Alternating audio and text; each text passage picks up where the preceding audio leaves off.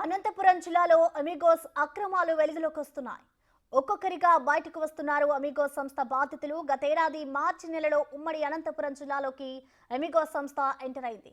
గత ప్రభుత్వంలోకి మంత్రిగా పనిచేసిన పెద్దిరెడ్డి రామచంద్రారెడ్డి అండదండలతో గనుల నుంచి రాయల్టీ వసూలు చేశారు. రాయల్టీ కోసమే ఈ సంస్థను క్రియేట్ చేశారని ఆరోపణలు వినిపిస్తున్నాయి.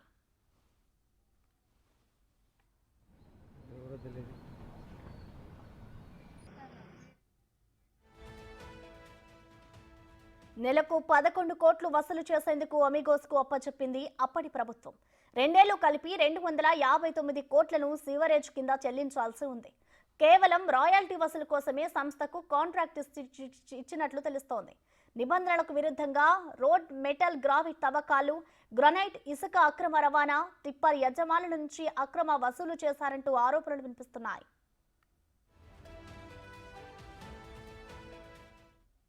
నేను చేస్తుండేది ఆరోపణలు కాదు, అమిగోస్ సంస్థ మీద ఆరోపణలు కాదు, అవి వాస్తవాలు.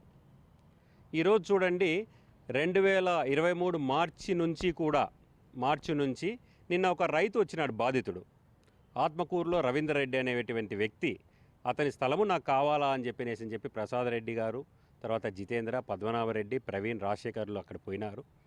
పోయి మేము స్వయాన బంధువులము, పెద్దిరెడ్డి గారి రామచంద్రరెడ్డి గారి బంధువులము, మాకు ఈ భూమి కావాలా అని అంటే నేను జీవనాధారమే నేను దీని మీద పడి బతుకుతున్నాను నేను అని చెప్పంటే, ఈ మట్టి నీకు లెవెల్ చేసిస్తాము మేము, నీకు ట్రిప్పుకు 900 రూపాయలు ఇచ్చి అని చెప్పి లేకపోతే నువ్వు ఏమీ చేసుకోలేవు, నువ్వు పంట కూడా పెట్టుకోలేవు అని బెదిరిస్తే ఆయన సరే అని చెప్పినేసినని మిన్నకుండి వాళ్ళకి ఇచ్చాడు. వాళ్ళకి ఇస్తే దాదాపుగా ఒక 10,000 ట్రిప్పర్లు పైన మట్టి దోలి అతనికి డబ్బు చెల్లించుకోకుండా అతన్నే బెదిరించినటువంటి విషయం నిన్న వెలుగులోకి వచ్చింది. 2023 నుంచి వాళ్ళు 2023 మార్చి నుంచి వాళ్ళు స్టార్ట్ చేశారు కదా.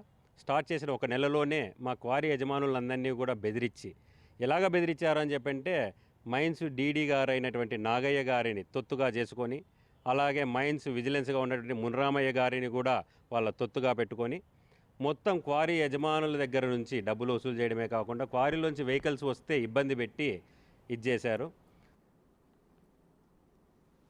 దీనికి సంబంధించిన కంప్లీట్ డీటెయిల్స్ మా ప్రతినిధి యోగానంద్ లైవ్ ద్వారా అందిస్తారు. యోగానంద్, చెప్పండి, అమిగోస్ సంస్థ ఎలాంటి అక్రమాలకు పాల్పడింది? దీనికి సంబంధించి అసలు బాధితులు ఏమంటున్నారు? వాళ్ళ డిమాండ్స్ ఏంటి? యోగానంద్.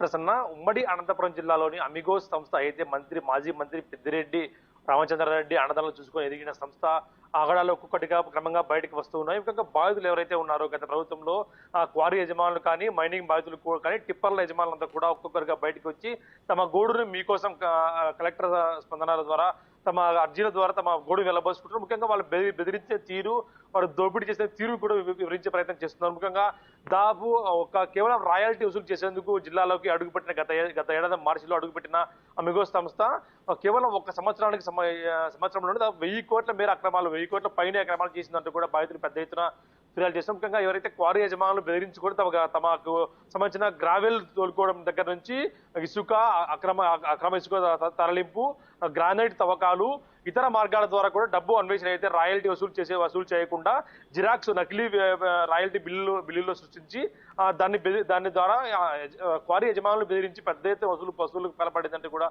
పెద్ద ఎత్తున ఆరోపణలు వస్తున్నాయి. దానికి సంబంధించిన బాధితులు కూడా బయటకు వచ్చి జిల్లా కలెక్టర్ కూడా కంప్లైంట్ ఫిర్యాదు చేస్తున్నారు. ముఖ్యంగా ఆత్మకూరు, అంపాపురం, వంకరాజు కాల్వ, బుక్కరాజసముద్రం ప్రాంతాల్లో అనుమతి లేకుండా కూడా కేవలం రాయల్టీ పేరుతో వసూలు చేసేందుకు వచ్చి అనుమతి లేకుండా కూడా ఇసుక తరలింపు దగ్గర నుంచి కేవలం సిలికా శాండ్ ఇసుక తరలింపుకు అనుమతి తీసుకొని ఒరిజినల్ ఇసుక, మామూలు ఇసుకను కూడా బెంగళూరుకి 1,50,000 ట్రిప్పుతో అక్రమంగా తరలించారు అంటూ కూడా పెద్ద ఎత్తున వార్తలు వస్తూ ఉన్నాయి. దీనికి సంబంధించి దర్యాప్తు జరపాలి, సీడ్ దర్యాప్తు కొడుతున్నామంటూ కూడా కంప్లైంట్ ఇవ్వడం జరిగింది. ఇవన్నీ కాకుండా క్వారీ యజమానులు పిస్తోల్తో బెదిరించారు, గన్నేసుతో బెదిరించారు. ఎవరైతే కళ్యాణదుర్గం పరిశీలకుడిగా ఉన్న హోండా ప్రసాద్ రెడ్డి అనే వ్యక్తి, ముఖ్యంగా ఇతను మంత్రి పెద్దిరెడ్డికి ముఖ్య అనుచరుడిగా కొనసాగుతున్నట్టు. ఈ హోండా పెద్దిరెడ్డి సంబంధించిన హోండా శివప్రసాద్ రెడ్డికి సంబంధించిన సంస్థ అమిగోస్ అనేది. శివప్రసాద్ రెడ్డి ఈయన కూడా ఇందులో ముఖ్య భాగస్వామిగా ఉన్నాడు అమిగోస్ లో. వీరంతా కలిసి 4 వ్యక్తులు కలిసి జిల్లా మొత్తాన్ని కూడా సాధించి ఇటు మైనింగ్ అధికారి డీడీ నాగాయని తమ చెప్పు చేతుల్లో పెట్టుకుని విజిలెన్స్ ఎస్పీ ద్వారా కూడా ఎవరైనా క్వారీ యజమానులు తమకు ఎదురు తిరిగితే వారిని పూర్తి స్థాయిలో బెదిరించే ప్రక్రియ చేపట్టారు. ముఖ్యంగా బృందాలుగా ఏర్పడి దాదాపు 74 చెక్ పోస్ట్ ఏర్పాటు చేశారు.